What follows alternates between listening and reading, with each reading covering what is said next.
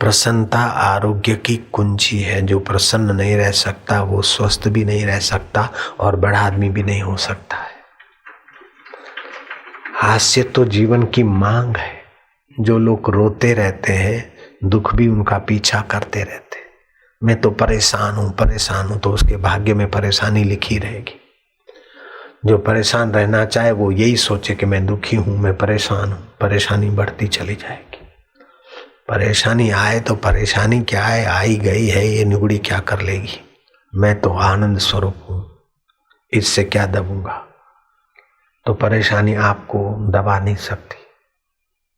कुछ ऐसी बेवकूफ लोग होते हैं, जरा सा कुछ होता है, अभी तो हंसते खेलते आ रहे थे, संत के पास आए तो ऐसी बूढ़ी बंदरी जैसा रोता चेहरा, मैं तो मर गया, मैं तो ऐसी हो गई, मैं ऐसे। तो भाई संत के हृदय से भी ऐसे निकलता है कि जा ऐसे ही रहोगे। घर से जाए खा के तो बाहर मिले पका के, घर से जाओ भूखे तो बाहर मिले धक्के। अपने दिल को दुखी क्यों करो, अपने मन को परेशानी क्यों बनाओ। मनुष्य अपने आप भाग्य का विधाता है। गांधी जी की परेशानी के आगे तुम्हारी परेशानी क्या है। मीरा की, बुद्ध की, कबीर की, नानक की परेशानियों के आगे तुम्हारी परेशानी क्या है। लेकिन वे कभी परेशान नहीं हुए। कृष्ण की परेशानियों के आगे तुम्हारी परेशानी क्या माना रखती। जन्मते ही पराये घर लिवाए गए और छठे दिन दूध के बदले जहर पीना पड़ा। 1 महीने के तो छटकासुर आ गए, फिर धेनकासुर, बक्कासुर, 17 साल तक उपद्रव होते रहे। फिर भी कृष्ण जीवन भर मुस्कुराते रहे, बंसी बजाते रहे। और आप जरा जरा बात में परेशान है तो जाओ फिर। परेशानी का चिंतन करना ही परेशानी को बुलाना है।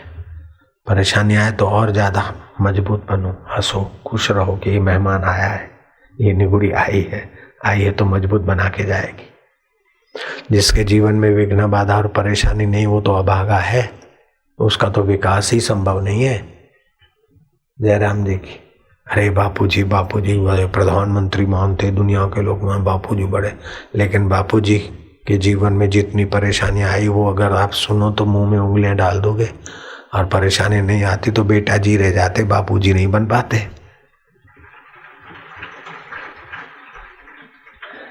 वो परेशानियां दिखती पहाड़ जैसी है, लेकिन आप हंसते जाओ, मौज उड़ाते जाओ तो नन्ही हो जाएगी। और उनको चिंतन करो और तनाव में आओ तो बड़ी हो जाएगी। एक बार भगवान कृष्ण और भीम रात्रि वन विश्रांति करने का अवसर आया था। जंगल में गए थे और रात उस घने जंगल में गुजारने का अवसर आया। कृष्ण ने कहा, अच्छा ये तो भयानक इलाका है, एक पहर तुम जगो, एक पहर हम जगेंगे। भीम ने कहा, पहला पहर माना 3 घंटे, हम जगते। भीम चौकी दे और कृष्ण आराम कर रहे। आ गया एक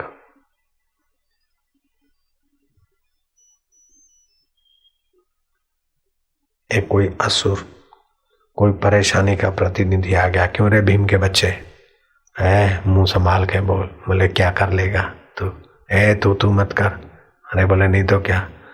भीम को चिढ़ाता गया, भीम परेशान होते गए। भीम जो परेशान होते गए त्यों वो पुष्ट होता गया। आखिर नौबत यहां तक आई कि उसने कहा कि इतना अकड़ता क्या है।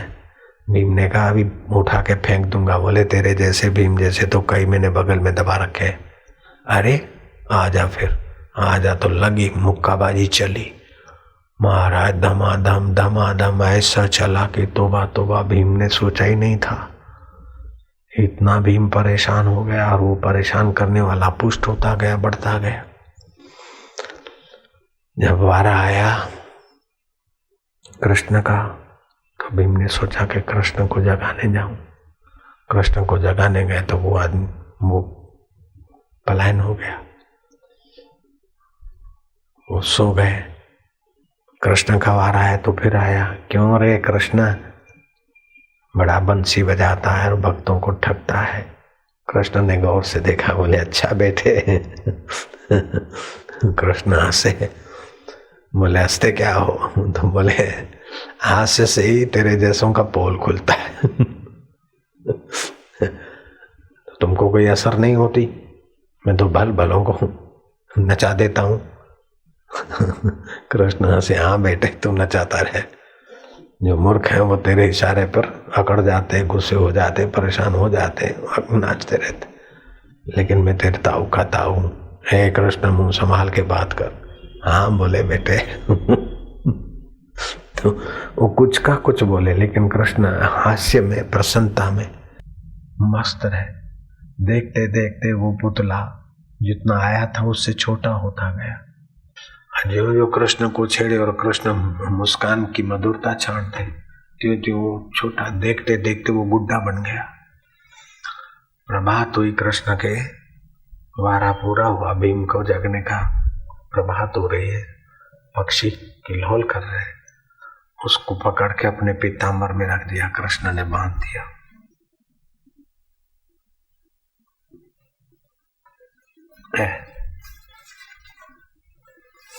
बेटा यहीं रहे, तो भीम को दिखाऊंगा। भीम भैया बोर हो गई है। भीम तो हड्डा गुड्डी एक हो गई है, चूर चूर हुआ, खूब पिटाई सही है बॉक्स। भीम आज जैसा थका तू? बोले केशव हल्दी का लेप करना है। केशव ने कहा क्या बात है? बोले दूध में हल्दी डाल के पीनी। उठ, उठा नहीं जा, ऐसा तो गदा युद्ध में भी कभी नहीं हुआ। बोले क्या हुआ? बोले एक अजगर भी आया था। बोले जो आया है उससे तू परेशान हुआ? आता है जाता है, वो तो अनित्य होता है, तू तो नित्य रहता है।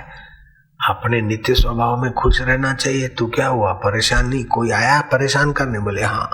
फिर? बोले मैं परेशान होता गया, भिड़ते गए हम। फिर क्या हुआ? बोले बस मत पूछ। फिर पढ़ा है। अरे सुन तो सही। केशव ने कहा कौन आया था? अरे ऐसा कोई आया था, बस मेरे को कुछ का कुछ बोला और मैं परेशान हो गया, यहाँ तक कि मल्ल युद्ध हो गया। फिर क्या हुआ? बोले फिर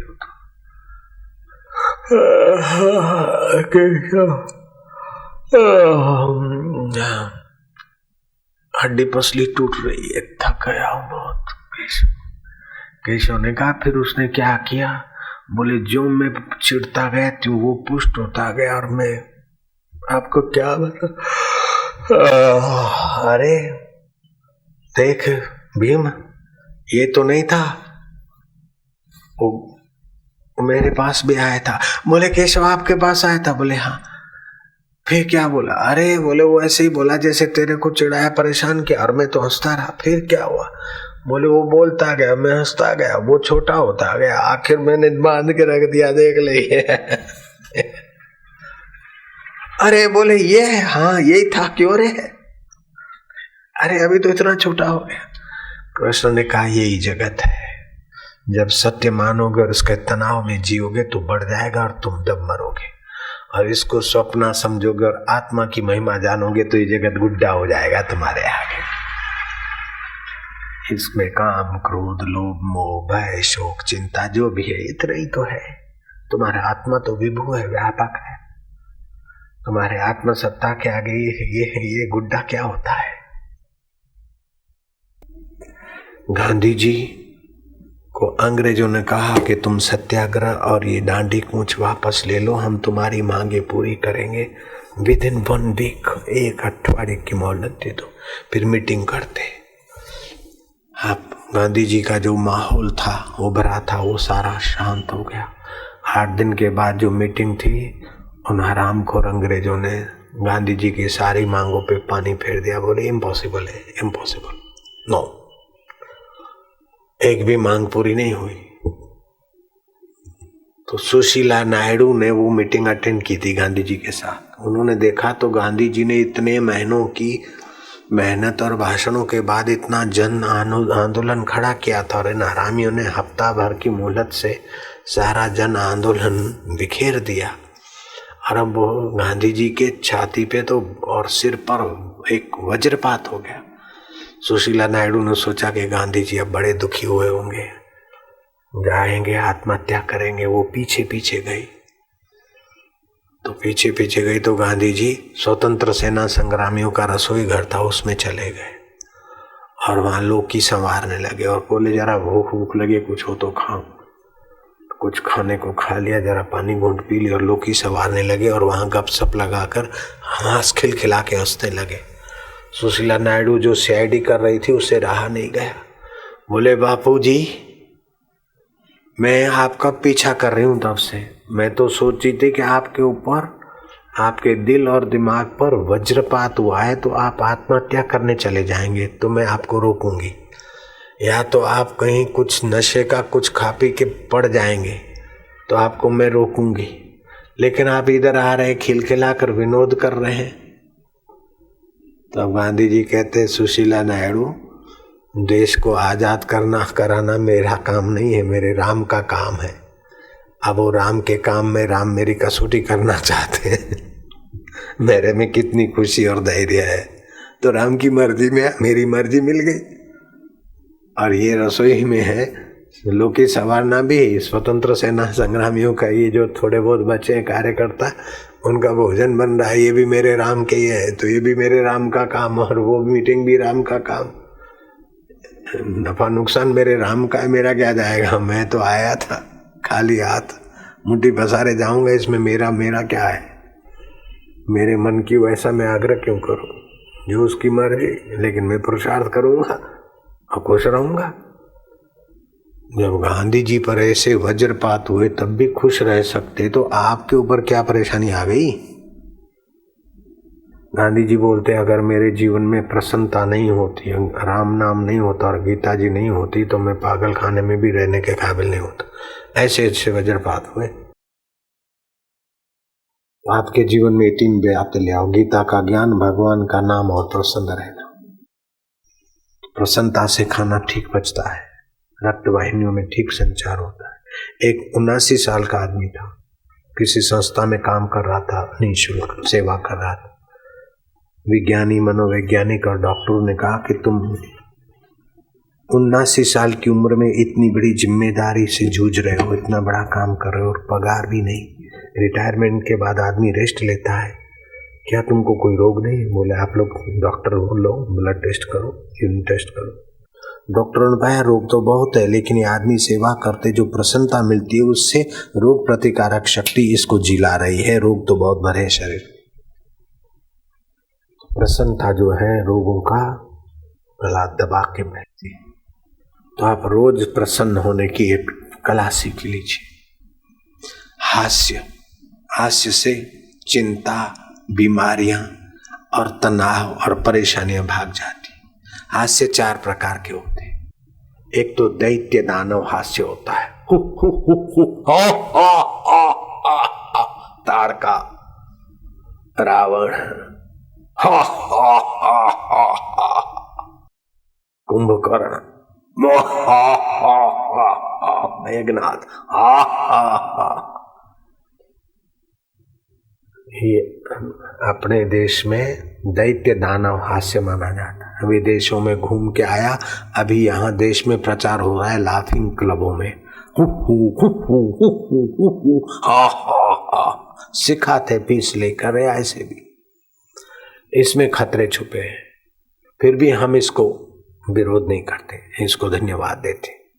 जो शूम है, परेशान है, उनके लिए ये भी ठीक है। दानव हास्य, दैत्य हास्य, who who who who who who who who who who में अगर गर्भवती गई क्लब में तो उसका गर्भ हु हु हो सकता है।